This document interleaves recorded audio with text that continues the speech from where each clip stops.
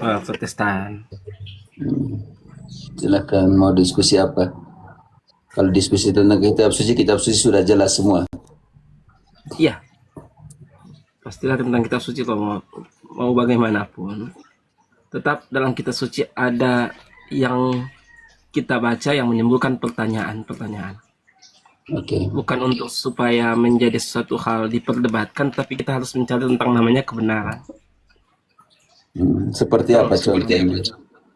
Seperti misalnya saya kasih contoh dalam kitab suci bagaimana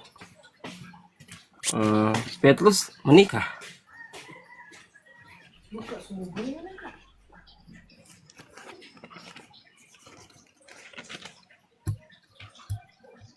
Kau tunjukkan ayatnya bahwa ada pernyataan dia menikah. Ya, pada saat ya sekarang begini, karena kau bilang tunjukkan sebentar kita pakai logika. Saya sementara mencari ayatnya. Ya, pernyataan bahwa dia sebentar. Pernyataan bahwa di dalam kitab suci Petrus menikah. Kan engkau kan sola scriptura, jadi engkau harus jelaskan di dalam pernyataan di kitab suci menyatakan bahwa Petrus menikah. Ya, kalau di Matius 8 ayat 14 sampai 15 itu kan Yesus menyembuhkan mertuanya Petrus. Iya. Sekarang kau harus kalau ada mertua bahwa, mungkin kan nggak menikah. Sebentar dulu. Ya gitu. Saya bisa punya mertua tapi tidak menikah secara resmi. Kok bisa kayak gitu? Oke. Kalau engkau tidak contohnya, kalau engkau tidak diberkati di gereja, mama dari istrimu bukan mertuamu? Kita logika. Mama. Dia tetap jadi mertuamu walaupun engkau tidak menikah secara gereja. Ya, betul. Makanya logika makanya sekarang kau tunjukkan bahwa di mana di kitab suci bilang Petrus menikah. Secara tertulis enggak ada, enggak ada. Tapi, artinya bagaimana engkau bisa percaya kalau di dalam secara tertulis tidak ada? Ya, karena kita kan berlogika berpikir bahwa kalau ada mertuanya nggak mungkin nggak ada istrinya. Bagaimana mungkin dikatakan sekarang menyembuhkan mertua Petrus kemudian tidak ada istri? Sekarang kau harus tunjukkan secara biblis nama dari istrinya Petrus. Kalau dalam kitab suci kan kebanyakan perempuan itu ya, namanya Patria. Bagaimana engkau bisa percaya kalau dalam kitab suci tidak disebutkan nama dari istrinya Petrus? Mungkin kalau dituliskan pun saya belum tahu. Saya belum tahu. Bagaimana engkau bilang mungkin? Yang saya sebatas yang saya lalu maksud bahwa, dari diskusimu apa sekarang? Maksud dari diskusi saya itu kan dia adalah paus pertama di dalam kekatolikan. Romo, saya hanya bertanya bisa Romo atau nanti pertanyaan saya maksud dari pernyataanmu ini mau dibawa kemana dulu? Mau dibawa bahwa mau bantah tentang keberadaan Petrus? Dia paus yang pertama. Paus yang pertama. Kenapa dia menikah? Maksud saya gitu. Sedangkan dalam aturan harusnya selibat. Padahal dia yang paus yang awal pertama. Itu yang saya ingin ketahui. Engkau tahu dari mana? Kau buktikan di situ bahwa ketika dia ikut Yesus, dia istrinya dia bawa. Dia ikut Yesus, istrinya dia bawa. Saya sebentar cari ayatnya, Romo. Itu keluhan dari Paulus bahwa hati-hati dengan pernyataan di situ, dengan jadikan teman itu. Engkau tunjukkan dalam kata Yunani, oke? Kau tunjukkan dalam bahasa Yunani. Saya tahu kau mau bawa kemana. Kau mau buat polemik di sini. Kenapa Petrus punya istri? Sedangkan Paus tidak menikah, tidak punya istri. Engkau jangan keliru. Engkau baca aturan menjadi uskup itu menikah atau tidak menikah di dalam 1 Timotius 3. Kau baca di situ.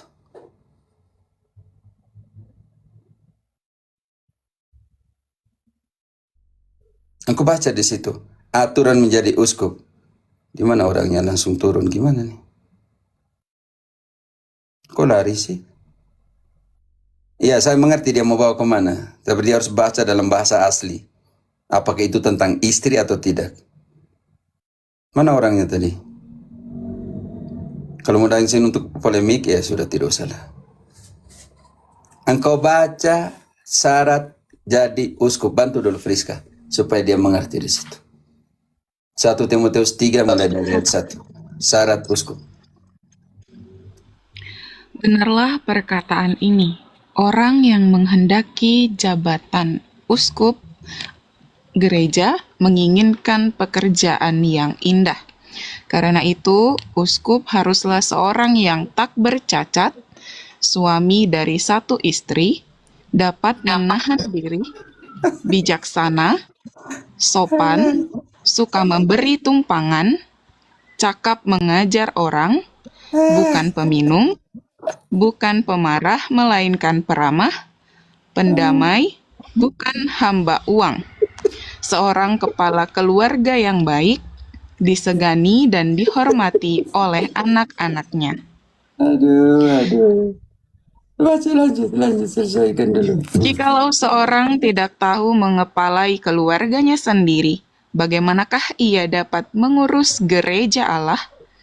Janganlah ia seorang yang baru bertobat, agar jangan ia menjadi sombong dan kena hukuman iblis.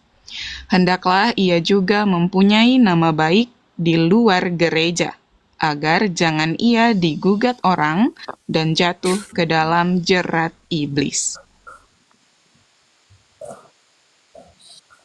Sekarang kita syarat ini uskup menurut Titus.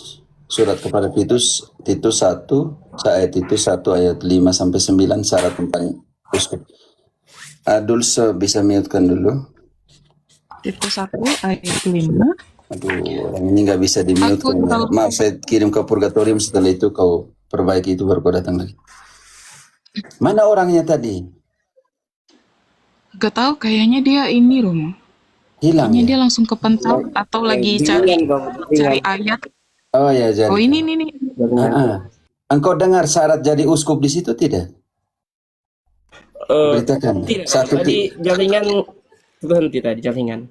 Iya, engkau baca dulu. Engkau baca 1 Timotius 3 ayat 1 selanjutnya, syarat jadi uskup itu apa saja? 1 Timotius 3 ayat 1 sampai 5. Kau baca terus. Kalau kitab CTL enggak apa-apa, Romo. Kau baca, kau surat mau pakai Protestan Maka punya, kau inilah baca. perkataan yang sungguh. Jika seorang berkehendakan jabatan gembala sidang, maka tujuannya itu kepada suatu pekerjaan yang baik. Apa itu gembala sidang? Gembala sidang, kau terjemahan dari mana kata gembala sidang itu? Bingung. CTL, terjemahan lama. Iya, apa itu gembala sidang? Itu terjemahannya kayak gitu, jabatan gembala sidang. Iya, makanya pertanyaan saya, apa itu gembala sidang kalau begitu? Kayak pastor mungkin, pendeta. Apa kata aslinya? Kau cari dulu. Kau cari, ya makanya sekarang saya mau ajar kau cari dulu kata asli gembala sidang. Kenapa diterjemahkan sebagai gembala sidang? Sedangkan itu bukan gembala sidang. Jadi yang kau pakai kitab suci yang terjemahannya kurang ajar. Amburadul. Ini terjemahan pertama. Ya makanya kalau terjemahan amburadul bagaimana itu Protestan punya itu? Kau masih percaya dengan terjemahan amburadul seperti itu? Ya karena dalam pemikiran apa, saya kan, makanya pertanyaan saya, apa itu gembala sidang? Secara biblis apa itu gembala sidang? Kata aslinya apa pelayan di situ? sidang. Pelayan Ya, sidang apa kata aslinya di situ? Apa buka Yunani? Artinya apa kata aslinya dari gembala sidang itu? Di versi saya hanya satu, hanya ini. Saya di versi iya. Sekarang kalau kau mau belajar, kau baca dulu apa kata asli dari ayat itu. Sabar, saya buka. Kau buka di Google, buka saya di situ. Kau cari dulu kata aslinya dalam Yunani.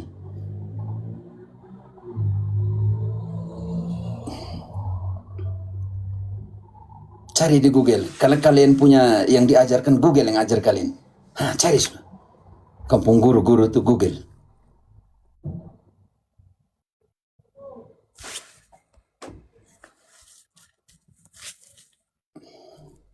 Dia Protestan, tidak apa teman-teman. Hanya kita mau ajar dia kembali ke kitab suci itu seperti apa. Karena pendeta tidak ajar yang benar. Kita mau ajar dia yang benar di sini. Kalau namanya. Tadi pengajar, penilik jemaat. Ya apa kata aslinya? Yunani, saya mau tahu itu. penilik jemaat dengan gembala jemaat itu tuh beda atau tidak? Bagaimana rasa bahasanya kalau dikembalikan ke dalam bahasa aslinya? Ya, PYT atau pengajar, penilik, gembala sidang juga pengajar, Romo. Ya, Itu dalam apa pemahaman artinya? dalam saya. Dia punya tugas untuk apa? Mengajar atau apa di situ? Dia tidak tugas mengajar. Mengajar. Itu mengajar yang saya baca tadi, sahabat. Friska, kau bantu dulu baca untuk dia. Apakah di situ tugas seorang uskup itu mengajar atau tidak dalam 1 Timotius 3 ayat 1 selanjutnya? Tugasnya mengajar atau tidak di situ? Timotius 3 ayat 1. Apakah nanti Benarlah. bertekun engkau bilang mau mengajar, engkau kembali, Tio saya cari, engkau sini. Tugas di situ nanti kita temukan di situ dia punya tugas administrasi atau tugas pengajaran. Kita lihat nanti.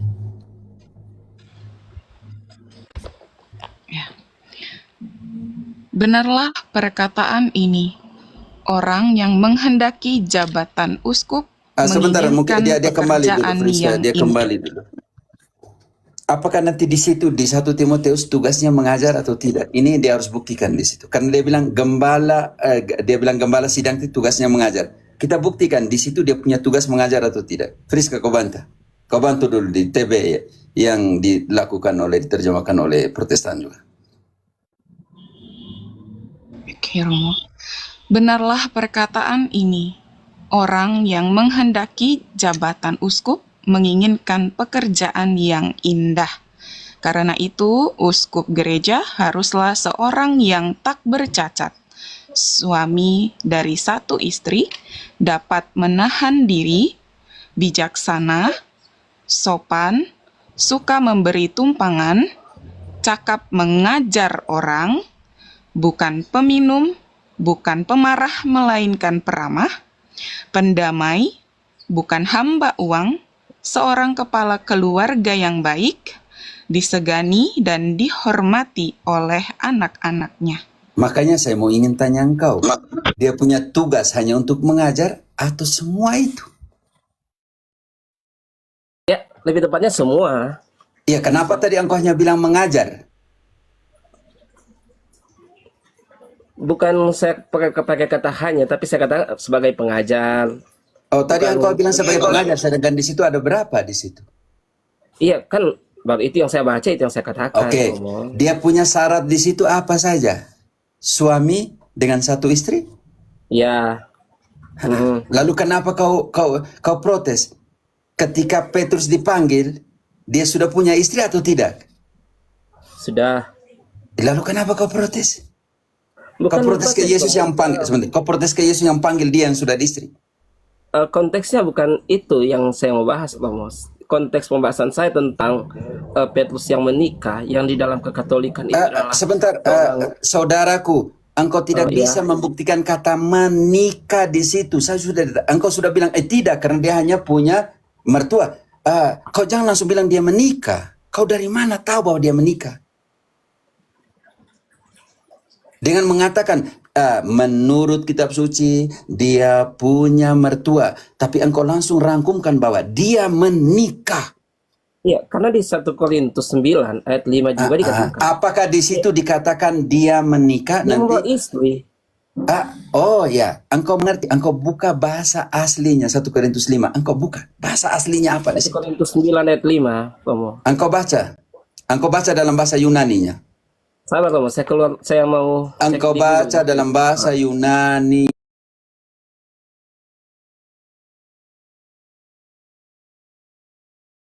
Nya.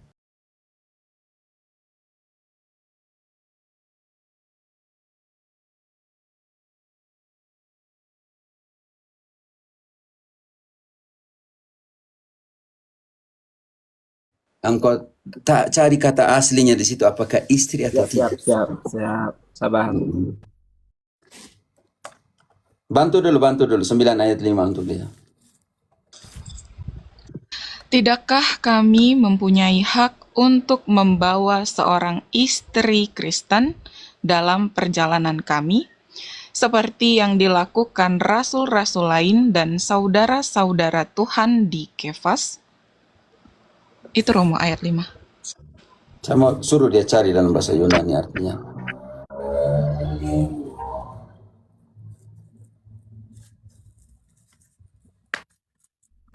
Nanti engkau kaitkan dengan syarat jadi uskup tadi.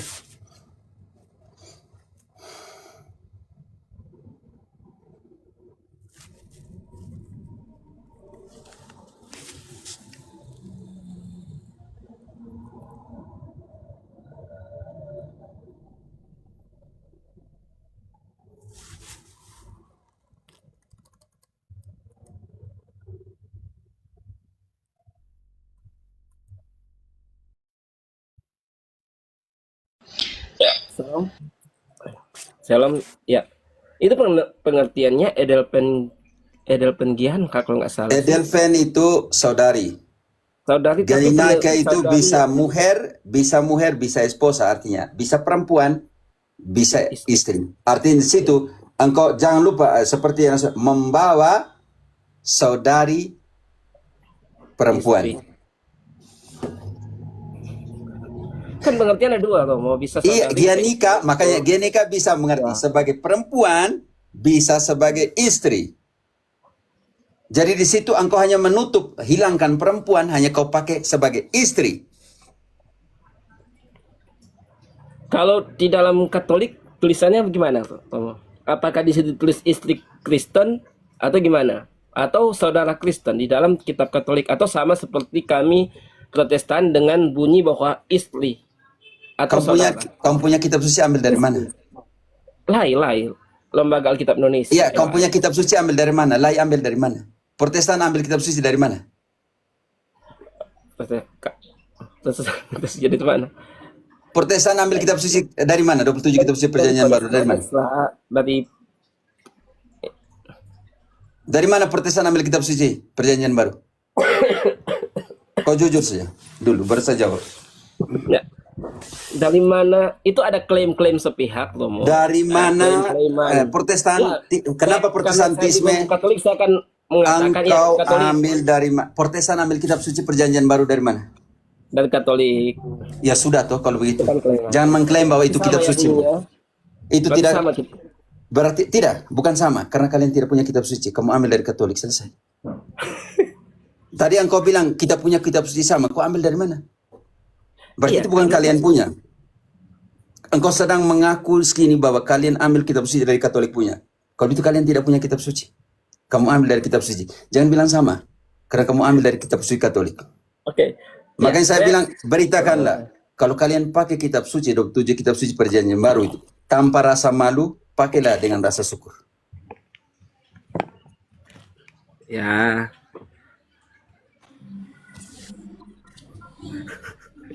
Mas, jadi kamu mau nanya ini Beritakanlah. Kalau Ya, engkau ini kan tidak jadi memakai satu- kitab suci itu dengan rasa malu, pakailah dengan rasa syukur bahwa kalian sudah ambil kitab suci dari Katolik punya. Itu udahlah. Kalau kita diskusi, saya akan balik kepada pembahasan tentang kitab suci. Pembahasan saya ini tidak akan terjawab. Ya, kan? makanya di Kalau situ saya mau- diterjemahkan sebagai apa? Yang pertama, beritakanlah. Ketika Yesus panggil Petrus, Petrus sudah ada istri? Sudah. Kalau begitu, kau lawan Yesus yang panggil Petrus yang sudah ada istri. Maksud saya begini. Ya, Saya setuju. yang Kami kedua, saya bisa kebetulan- mengerti arahnya kemana. Yang kedua, Ya, silakan. engkau protes. Kenapa? Karena Petrus harus tidak punya istri karena dia adalah paus pertama. Itu yang kau maksudkan. Iya, itu yang menjadi pertanyaan. Ya, saya. ya. Sekarang kau buktikan bahwa dia di Roma dia ada dengan dia punya istri. Itu di dalam 1 Korintus 5, walaupun kamu mengartikan itu saudara perempuan, tetapi di dalam bacaannya dikatakan istri Kristen. Di namanya itu Sama hermana seperti por mujer, Efes. artinya saudari perempuan. Belum tentu istri. Karena kalau di dalam yang ditulis ini istri.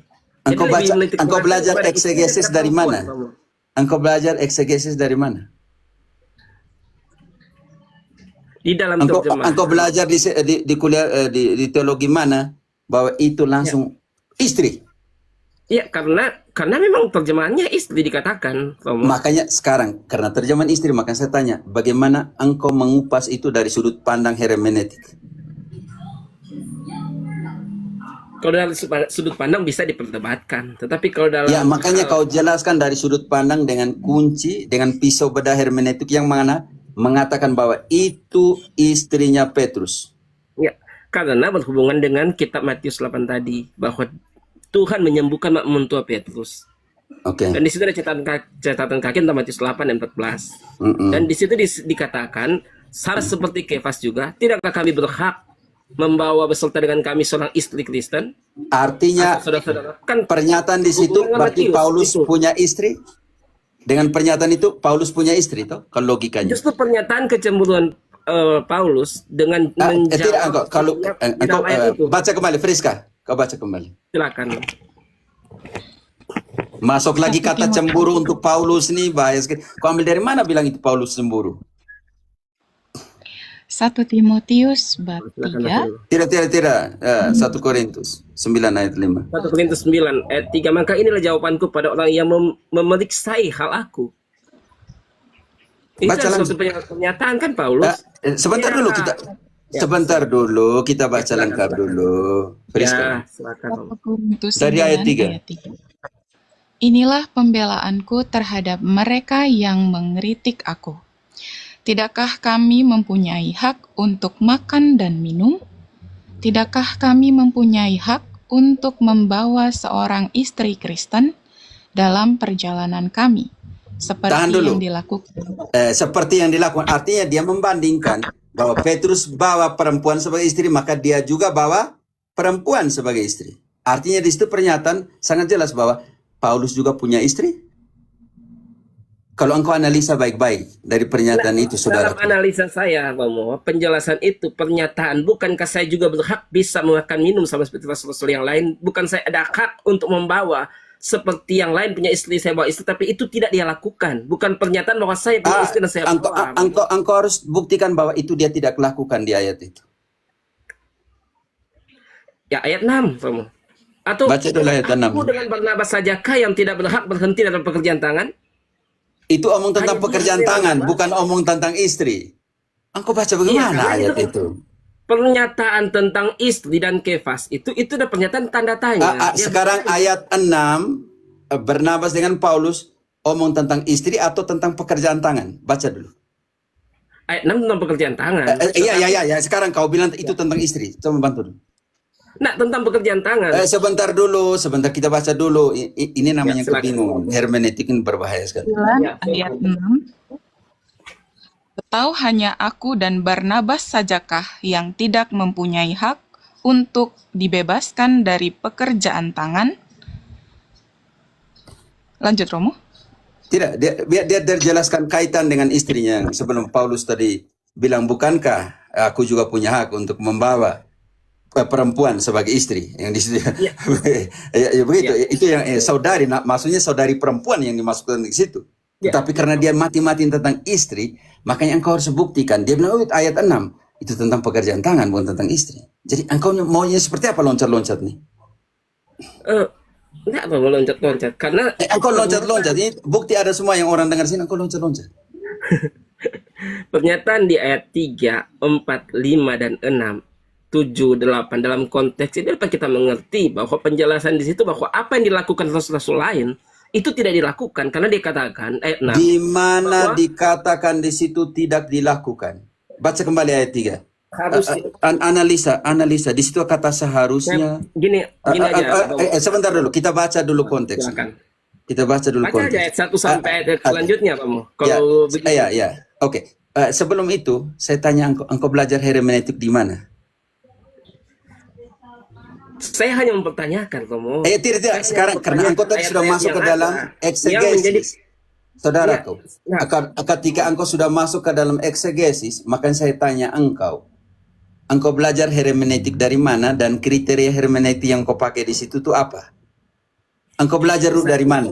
Engkau belajar di Google, engkau belajar di universitas, engkau belajar di STT, engkau belajar di mana? Karena ini penting kita namakan otoritas akademik. Kalau memang seandainya engkau hanya di Google, di mana Google memberikan engkau otoritas akademik di situ? Iya, iya, iya. Ini sangat berbahaya loh saudaraku. Jadi engkau Ya. bilang main tafsir sendiri. Ini yang sangat berbahaya.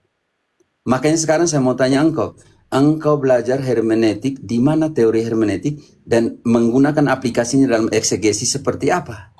Supaya jangan masuk dalam subjektivisme dan relativisme di dalam penafsiran. Makanya sekarang kau belajar dulu, kau terangkan sedikit. Engkau punya kriteria akademik untuk hermeneutik ini di mana?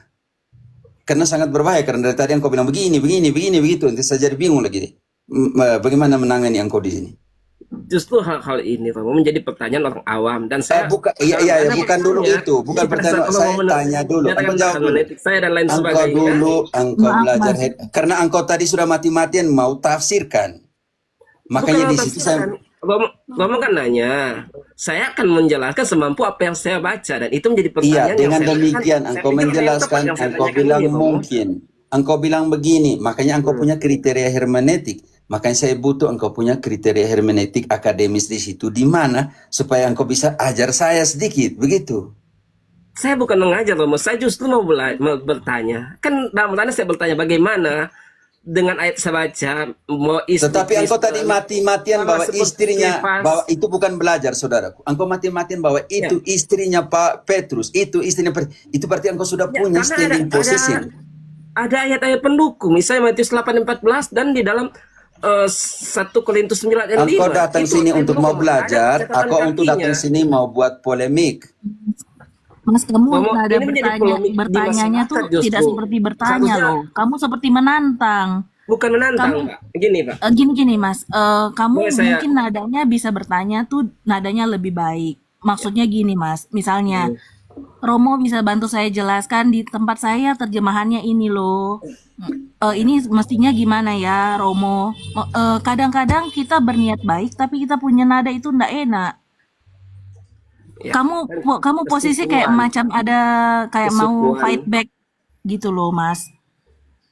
Itu menurut saya loh, dari tadi aku dengar maksudnya kayak kamu, misalnya kamu mau tanya, Romo ini kayaknya, ini kalau yang aku baca di Alkitabku tulisnya begini, ini sebenarnya kayak apa ya Romo? Terus soalnya kita kan orang awam, kita nggak belajar bahasa Yunani, hermeneutik pun aku nggak tahu artinya apa, dan maksudnya gitu loh Mas. Kalau boleh maksudnya bertanyanya tuh dengan nada lebih baik dan dengan sikap hati yang untuk bertanya bukan untuk menyerang gitu loh Mas. Ya, saya bisa Thank you. mengerti karena Maaf, pernyataan Romo. tadi dia tidak setuju bahwa Petrus paus pertama, tetapi Petrus punya istri. Petrus punya perempuan. Itu berarti sudah menghancurkan kriteria sebagai paus. Pertanyaan saya, kriteria sebagai uskup itu yang tadi dalam 1 Timotius 3 ayat 1 selanjutnya dia punya istri atau tidak? Punya, Romo. Punya. Kalau di dalam 1 Timotius tadi kan Kalau punya. begitu ada masalah di mana ketika di situ dikatakan Petrus punya istri? Menurut saya ini pakai logikamu engkau. Kalau di situ dikatakan Petrus punya istri, di situ ada pertentangan di mana? Kalau syarat jadi uskup dia punya suami dari satu istri. Itu kita pakai logikanya engkau dulu. Ya, sebenarnya sih nggak ada sih kalau tapi Iya, kalau saya begitu hanya kenapa kau datang bukan- protes-protes? Kalau itu saya bukan tidak ada protes, lagi. Romo. Jadi ini menjadi pertanyaan teman-teman. Makanya tadi pertanyaan tadi kau tidak setuju Dan saya karena pikir bagaimana Romo dia yang jadi harus paus menjawab. sebentar dulu. Bagaimana dia jadi paus pertama tetapi dia punya istri? Ya, Itu kan jadi dengan pertanyaan. sendirinya sudah menantang. Sedangkan syarat jadi uskup harus punya haruslah suami dari satu istri. Tidak ada masalah. Ya, Masalahnya ya. di mana? Itulah. Sedangkan kalau gini, Yesus Romo. ketika panggil Petrus dia sudah punya istri. Ada masalah di mana? Saya coba ikut logikamu dulu. Ya, logikanya saya kayak gini, Romo. Pada saat itu kita yakin itu suatu kebenaran, semakin diuji kebenaran itu kan semakin nampak. Itulah kebenaran. Karena kalau Carilah kebenaran, bukan kebenaran makin nampak. Carilah kebenaran dan kebenaran akan membebaskanmu, kata Injil. Ya, ya, Bukan kebenaran itu- makin nampak. Pertanyaan saya untuk engkau. Kalau Petrus punya istri, ada masalah untuk engkau? Nggak Kalau masalah, untuk Romo. Yesus tidak masalah. Ya, tadi Malah makanya engkau tadi saya bilang, menghormati dia yang memegang. saudaraku, engkau tadi mulai dengan pernyataan, bagaimana mungkin dia jadi paus pertama kalau dia punya istri? Itu pernyataan pertamamu, saya tidak akan lupa itu. Itu dengan sedikit Ya. melakukan konfrontasi. Ya, itu yang Kau jadi tidak pertanyaan. percaya kalau Paus dia punya istri, itu berarti kau tidak percaya lagi. Kalau itu kau tentang Yesus yang waktu panggil Petrus, dia punya mertua, tidak bilang dia punya istri. Dia punya mertua. Kalau kita kembali ke Injil yang kau ambil tadi, di situ dikatakan mertuanya Petrus, dikatakan tidak akan bilang di situ istrinya Petrus ada di situ. Nanti waktu engkau ketemukan di situ dalam konfrontasimu 1 Korintus 9 ayat 5, di situ Petrus melakukan sebuah apa di situ? Paulus melakukan sebuah apa di situ? Pembelaan diri terhadap semua serangan, tantangan yang diterima oleh dia. Maka dia bilang, kami juga punya hak. Artinya di situ Paulus mengatakan dia juga punya hak. Ya, betul. Ya, makanya ketika engkau mengatakan bahwa kalau seandainya Petrus di situ dikatakan seperti Petrus yang membawa perempuan sebagai saudari, tetapi kau terjemahkan perempuan sebagai istri karena diterjemahkan seperti itu di dalam bahasa Indonesia, maka di situ muher itu, kata muher bisa perempuan, tapi esposa itu istri. Jadi di situ engkau harus mengerti kata konteks aslinya dulu sebagai kriteria hermeneutik pertama. Konteksnya apa dari pernyataan itu? Maka kembali lagi kepada apa yang dikatakan Paulus. Tetapi ketika engkau menyerang dengan secara tidak langsung bilang begini, bagaimana mungkin Petrus adalah paus pertama tetapi punya istri, sedangkan paus tidak boleh punya istri? Itu yang saya ingat dari pernyataanmu. Di situ engkau bukan lagi untuk mengetahui, tetapi engkau langsung menyerang paus pertama. Justru ini bukan serangan saya,